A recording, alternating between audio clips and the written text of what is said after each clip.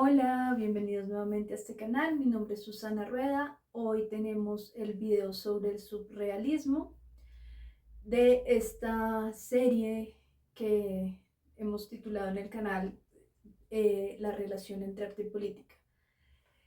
Nos centramos en esta otra vanguardia porque tiene dentro de sus principios postulados ideológicos que le dan, digamos que podríamos llamarlo así, un marco teórico práctico en el cual se manifiestan las distintas expresiones artísticas, así como veíamos con el Dada, que no solamente esta postura anarquista que ellos asumieron con respecto a la tradición en el arte, con respecto a la postura política e ideológica de acuerdo al contexto y a la forma de proceder, ya que lo que hacían era crear agremiaciones de artistas o lo que nosotros hoy en día llamaríamos colectivos de artistas, pero que para ellos en su momento eran agremiaciones en las cuales se hacía activismo político a través de las producciones que se presentaban. Recordemos que el dadaísmo era un antiarte vivo. Entonces lo que hacían era hacer presentaciones porque justamente era algo que no se podía recolectar. Con el surrealismo, y por eso es que estas dos vanguardias destacan tanto dentro de la historia de lo que conocemos como vanguardias o arte contemporáneo, porque crearon una serie de modos de hacer que les permitían ser diferenciadas fácilmente de otras vanguardias y fuera de eso tenían este carácter internacional. No pasa lo mismo, por ejemplo, cuando hablamos del futurismo, que el futurismo fue mucho más focalizado en Italia, algunos artistas rusos y uno que otro artista español. De resto no tuvo tanta amplitud como de representación en los distintos países. Adicionalmente, sentaron nuestra forma de ver y entender lo que hoy llamamos arte.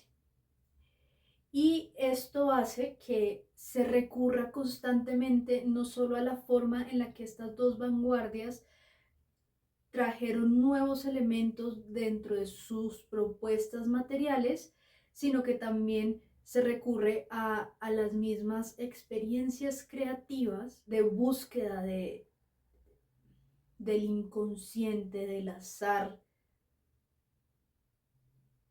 y de manifestar abiertamente una postura contestataria. Estos son, digamos que, los grandes rasgos que hacen que estas vanguardias destaquen sobre las otras y se diferencien bastante de lo que hemos hablado, por ejemplo, del futurismo y del cubismo, que tenían un sistema cerrado que todavía se podía anclar a la historia y al avance de la historia del arte. Entonces, por eso nos centramos en estas dos vanguardias y sobre todo porque muchos de los teóricos de la historia del arte han escrito bastante sobre sus postulados y su forma de, digamos que, de romper con la tradición. El surrealismo en sus inicios nace como un movimiento literario, pero antes de que entremos a hablar ya de surrealismo, acuérdate de darle like a el video si te gusta, suscribirte al canal si aún no te has suscrito y activar la campanita para que te avise cada vez que haya una actualización. Este viernes, el viernes de esta semana en la que se publica este video, no tendremos actualización de esta serie de arte y política, sino ya nos queda para el siguiente viernes, que sería el video del funcionalismo, que es donde están las vanguardias que no nos hemos detenido como a hablar en lo que viene corrido de esta serie. Entonces, comenzamos. El surrealismo inicia como un movimiento literario en el cual destaca la figura de André Breton, un poeta que en 1924 escribe lo que sería el primer manifiesto surrealista. Las fuentes ideológicas de las que bebe André Breton para construir este primer manifiesto y su trabajo como artista, como digamos su trabajo plástico desde la poesía y desde la narrativa visual, son las teorías sobre los sueños de Sigmund Freud y las teorías políticas de Marx. Entonces aquí tenemos un componente muy interesante y es que es un arte que busca transgredir también al burgués, pero ya no enfrentándolo directamente como pasaba en el dadaísmo, sino hablando de sus estructuras morales y su forma de pensamiento, el pensamiento burgués, y abordándolo desde allí. Entonces, por eso es que vemos en las obras surrealistas muchas veces cuestiones que están muy ligadas como a esos deseos prohibidos, a el placer por el placer, a la búsqueda como de la oscuridad de la persona, aquellas cosas que no se sacan y que están como en el inconsciente. Desde ahí es de donde aborda la lucha contra la burguesía, los artistas o el movimiento surrealista. Sin embargo, y eso ya lo vamos a ver más adelante, tenemos dos grandes vertientes, porque si hay algo que caracteriza particularmente al surrealismo, es que a diferencia del dadaísmo, que siguiendo los principios anarquistas actuaban todos en bloque, con el surrealismo tenemos la exaltación del individuo y del inconsciente, y aparece la idea del inconsciente colectivo.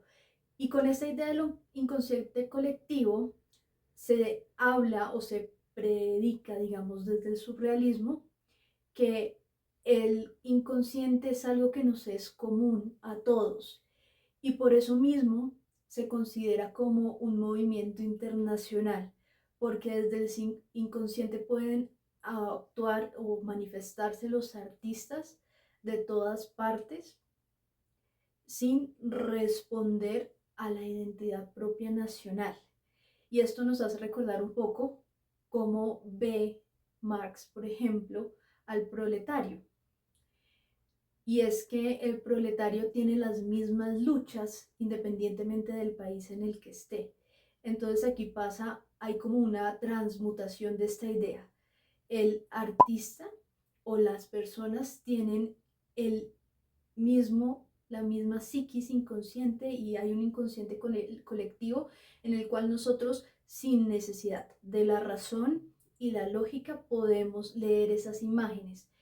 El surrealismo, al contrario del dadaísmo, que buscaba el sinsentido, genera un sistema que podríamos denominar como un lenguaje en el cual el fundamento es pasar la imagen que aparece en la cabeza de forma automática directamente a la imagen que se quiere plasmar.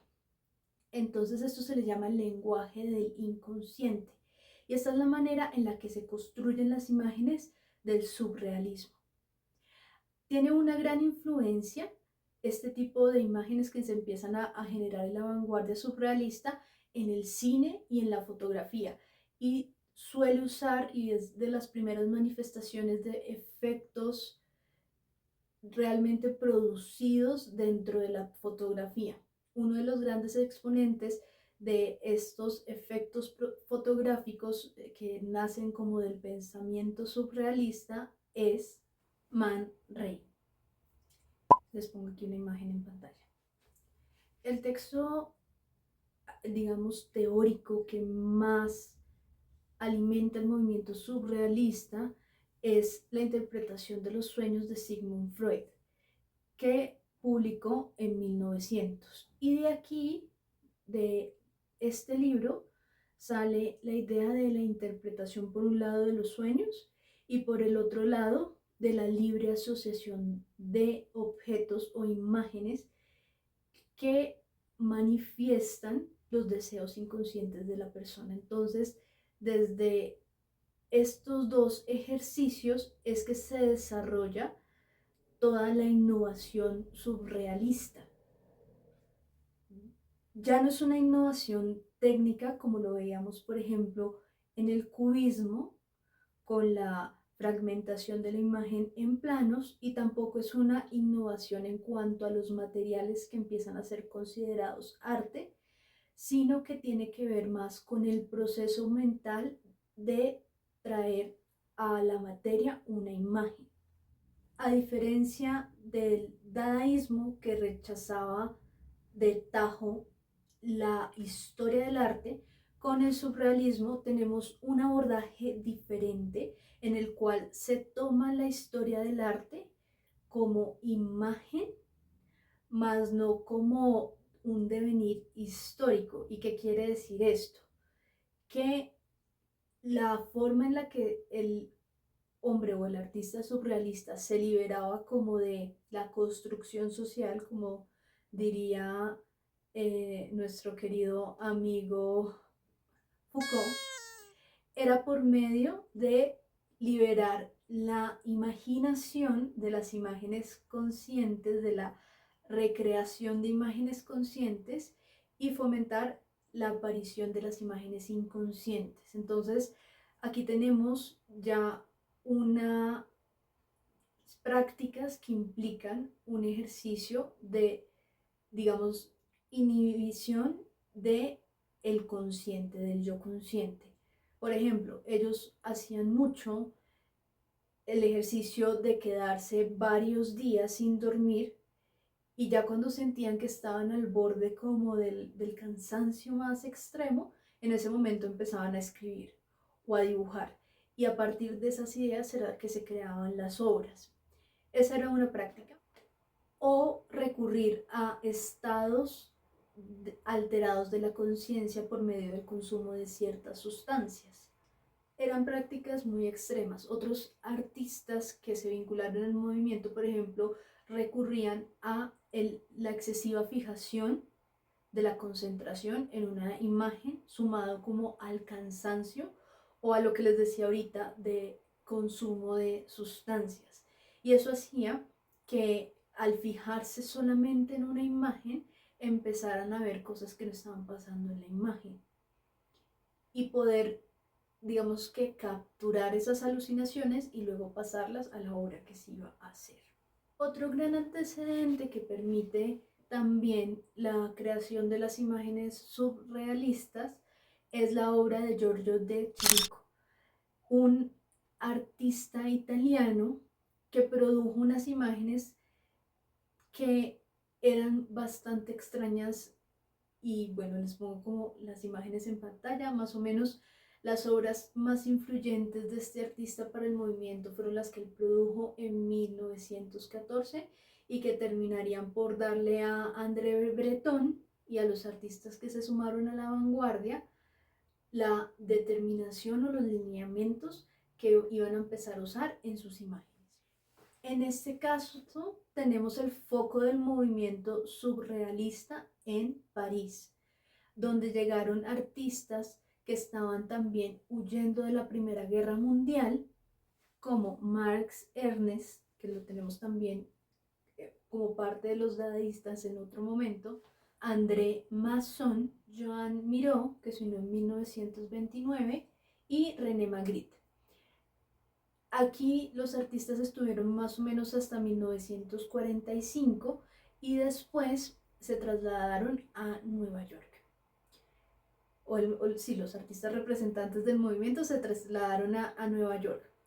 Se da, o los historiadores dan como fin del movimiento, la muerte de René Magritte, que fue el único artista que permaneció haciendo obra surrealista hasta el final de sus días. Los demás migraron también a otras vanguardias o movimientos conforme iba avanzando el tiempo. En 1929 también llega a París el gran exponente, uno de los más grandes exponentes del surrealismo, que es Salvador Dalí. Con el estallido de la Segunda Guerra Mundial, los artistas se trasladan a Nueva York en 1942, y allí tiene lugar la primera exposición surrealista, First Papers of Surrealism en la ciudad de Nueva York, de mano de Marx Ernest y Marcel Duchamp, que les había comentado en el video pasado que asesoraron a Peggy Guggenheim, que era quien patrocinaba a estos artistas, y ellos eran los que organizaban como tal las exposiciones. Según Argan, el surrealismo no puede enmarcarse en una sola corriente política, dado que dentro de los artistas más representativos de este movimiento encontramos posiciones absolutamente contrarias. Un ejemplo de esto es, por un lado, lo que hablábamos del pensamiento comunista de André Breton, pero por otro lado tenemos a un Salvador Dalí que aboga por un fuerte, digamos, componente fascista, si lo podemos, digamos que englobar de alguna manera, en su trabajo. Sin embargo, si hacemos una lectura un poquito más juiciosa de la forma en la cual se desarrolló esta corriente artística, podemos ver que es de corte progresista y que se relaciona mucho con las teorías que van a empezar a gestarse unos años más tarde sobre el poder político y la fragmentación de la sociedad en el individuo. Ya no es el colectivo, sino es el individuo el que determina y el actor político, como nos lo presenta el liberalismo, que va a ser asumido grandemente en los Estados Unidos como una política de no solo a nivel social, sino a nivel personal. Es el gran momento de la exaltación del individuo. Y aquí es bien interesante ver cómo de cierta manera el surrealismo se anticipa a esto que va a pasar en los 60, sobre todo cuando empieza a dársele más fuerza en las universidades al pensamiento de la escuela de Frankfurt y se acogen a todos esos profesores que venían de la Alemania y de la escuela de Frankfurt en las universidades de Estados Unidos.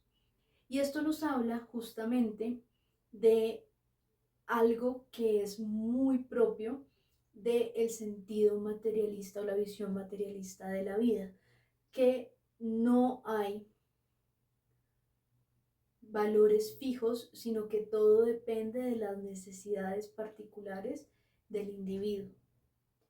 Y básicamente, si quisiéramos darle como un nombre político a lo que sucede con el surrealismo, tendríamos que hablar justamente de este sentido progresista, donde se puede encajar a alguien que aboga, por ejemplo, por la Free Palestina y al mismo tiempo alguien que está hablando sobre los derechos LGBTI.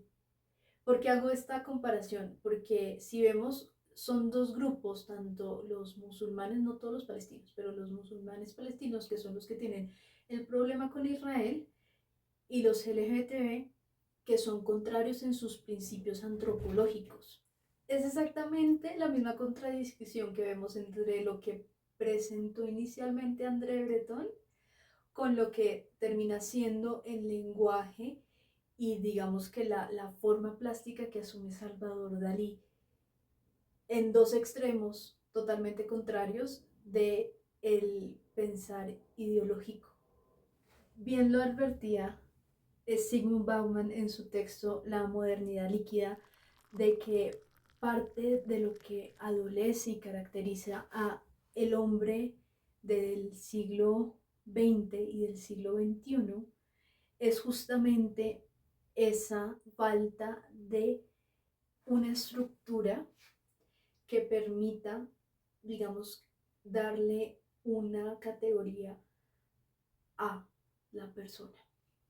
Y esto es lo que pasa o que empieza a pasar con el surrealismo. Y por eso es que tiene tanto impacto, resuena tanto con nuestra mentalidad actual, donde estamos acostumbrados a que todo tiene que fluir, que si un día pienso una cosa y el otro día pienso otra, está bien, porque todo es válido, todo es posible. Bueno, ese es el video de hoy. Este era mucho más cortico que los otros, porque ya con los otros hemos ido como desglosando todo lo que lleva a justamente que se den todo este tipo de manifestaciones estéticas. Y si les gustó el video, recuerden darle me gusta, compartirlo con las personas que les pueda interesar. Creo que ya lo que les decía en el del funcionalismo, vamos a hablar de la generalidad que abarcan los otros movimientos y cómo los podemos entender como una visión positiva de la modernidad que aquí con el dadaísmo y el surrealismo no lo vemos. El dadaísmo es justamente como el rechazo a todo el proyecto moderno y el surrealismo es el paso siguiente, es como vamos a quedarnos solamente con lo que interpela a nuestra individualidad y a nuestro inconsciente, porque ahí es donde realmente somos libres de los esquemas de la sociedad. Nos vemos la próxima.